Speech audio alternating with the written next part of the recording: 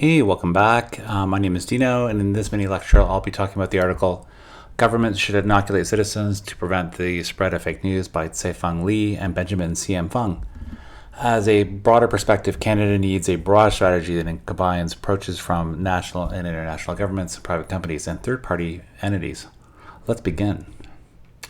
There is a lot of disinformation these days, and it could disrupt democratic processes, as illustrated by Russia's intervention in 2016 U.S. presidential election. As you most likely know from social media, your use, and just read the news, fake news dissemination is at an all-time high. Luckily in Canada, we have, at the federal level, not seen a very high level of foreign electoral interference as compared to the U.S. presidential election. However, we do need to be aware of the potential ramifications of fake news in Canada and use extra awareness and effort to counter this in the long run. In terms of strategy, we need to combine various approaches to help Canada be safe. This includes national governments, international governments, private companies like Google and Facebook, as well as third-party entities like fact-checkers such as Disinfo to help stem the spread of fake news. This idea of inoculating the public has its roots in inoculation theory, which emerged during the Second World War. It was created by psychologist William McGuire, who focused on political persuasion and propaganda campaigns.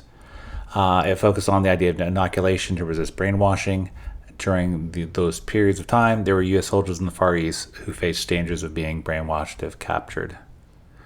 In terms of resisting fake news, McGuire's idea was to develop the idea of a vaccine for brainwash.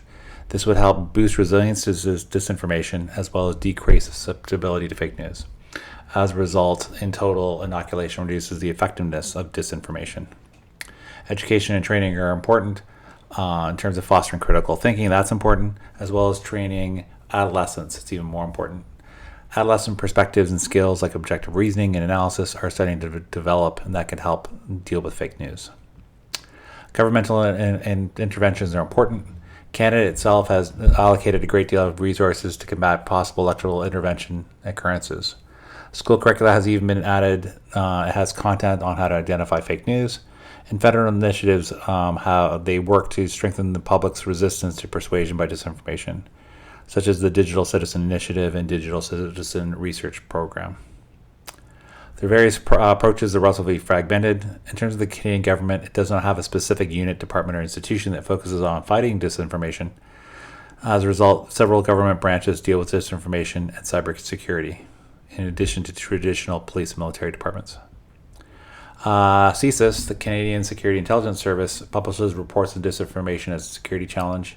CSIS also warns of state-sponsored disinformation campaigns, especially during elections. The Communications Security Establishment, CSE, it's a national security intelligence organization, focuses on cyber threats, foreign terrorism, and espionage. The CSE's July 2021 report examines the extent of cyber threats to Canada's democratic process. Other organizations that are involved include the Competition Bureau Canada, which addresses fake news related to COVID-19 in businesses, and the Canadian Anti-Fraud Centre, which engages with suspected criminal activities. Again, very fragmented. As you see from all of this, Canada lacks an integrated oversight institution.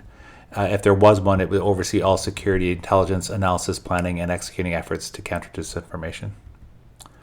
The biggest key to dealing with all this is the idea of open communication. As you probably know from your own reading and experience, cybercrime is intensifying in various ways, and relations between various large countries that are powerful, like the U.S. and China, have been worsening. Foreign involvement in political campaigns has been documented, as per the example of Russia, the 2016 presidential election in the U.S. Cyber threats do challenge national security. It will be necessary for governments to communicate openly. Governments should share information as authoritarian regimes attempt to undermine their opponents.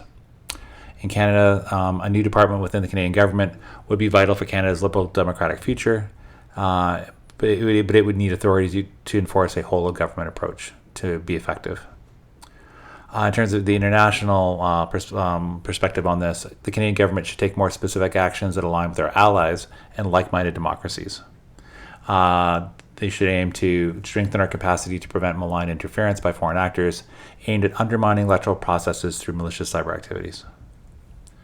Five Eyes Alliance would be useful. It could start by establishing an integrated system within the Five Eyes Alliance. This would include the exchange of sensitive information to combat disinformation. In the future, it would further extend into even more democracies, ideally beyond just the Five Eyes. And some final thoughts on disinformation. No single solution exists that can fight disinformation. Multidisciplinary approaches by international and national governments, private companies, and other organizations are vital to improve the resilience of national security. Also, they help protect our democratic society from information warfare. That was Governments Should Inoculate Citizens to Prevent the Spread of Fake News by Tsefeng Li and Benjamin Siam-Fong. Again, as an overall point, Canada needs a broad strategy that combines approaches from national and international governments, private companies, and third-party entities. Thanks for watching.